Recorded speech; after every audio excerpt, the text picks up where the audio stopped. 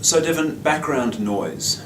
Now this is a very tricky subject because that's basically what a classroom is all about. There's just noise, and there's more noise than there is quiet. I think that would probably be a fairly safe guess. How important is it for classrooms to be quiet, or at least for us to try and regulate the noise? Particularly for our students with auditory processing disorder, it's absolutely crucial that there is quiet for those times when they need to be focusing on the teacher's voice. And I suppose there's a natural benefit there as well for everybody if the classroom is quiet. But I guess some people might argue that there's the multiple learning strategies, and some people just need to be active and noisy all the time. But I guess the importance of at least a regulated environment, particularly for auditory processing disorder sufferers, we really need to understand that there is a close link with learning. Can you elaborate on that? Yes, well, I think most children benefit actually from a quiet classroom at those critical times when the teacher is actually giving an instruction or explaining something, explaining how to do a maths problem, or you need those children to be listening and attending with no background noise really. So it's not only your students with auditory processing that benefit from the absence of background noise, but I think all of the students benefit from that. So having a classroom where we reduce the ambient noise benefits all of the children. So what about sport and practical subjects, things like that? What strategies can we use?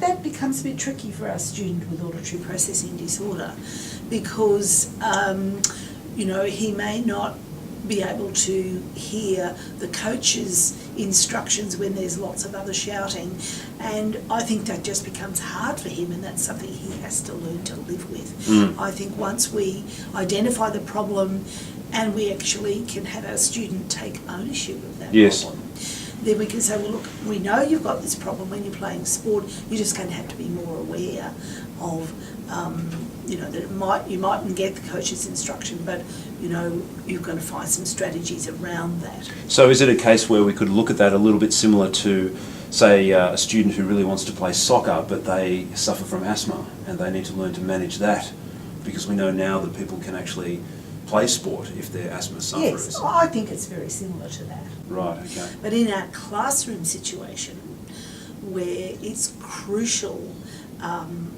for learning, and if we know that background noise is really going to interfere with learning, that's the situation where we've really got to do something about that background noise. Not only for as I said before, not only for the benefit of our student with auditory processing, but for all the students, and also for the teacher, because the teacher doesn't have to shout. Yes. So let me just get a little bit philosophical here now. Do you think, just maybe, that with the busyness of time and that we just have lost a little bit of the connection between the importance of noise and hearing and the concept of learning? Have we lost that a bit? I think we have. I think our society is so busy. We're having images and sound produced to us all the time. You go into a store and there's music. I go to the gym and there's this thumping music. I think we've lost the ability just to be quiet and to enjoy silence and to reflect and to go within. I'm being a bit philosophical here myself, but philosophy I think is good, right? As a culture, we've lost that ability to be quiet and to reflect and to enjoy silence. It's silence, as they say, silence is golden. Yes.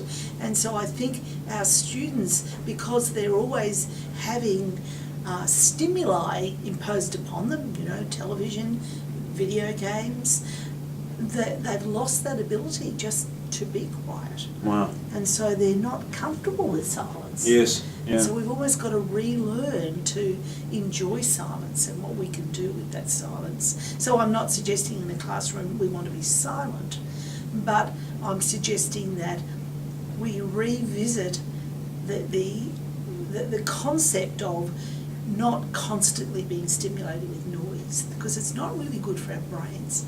Maybe it's a case where teachers aren't comfortable with the silence and they just feel that they have to keep talking.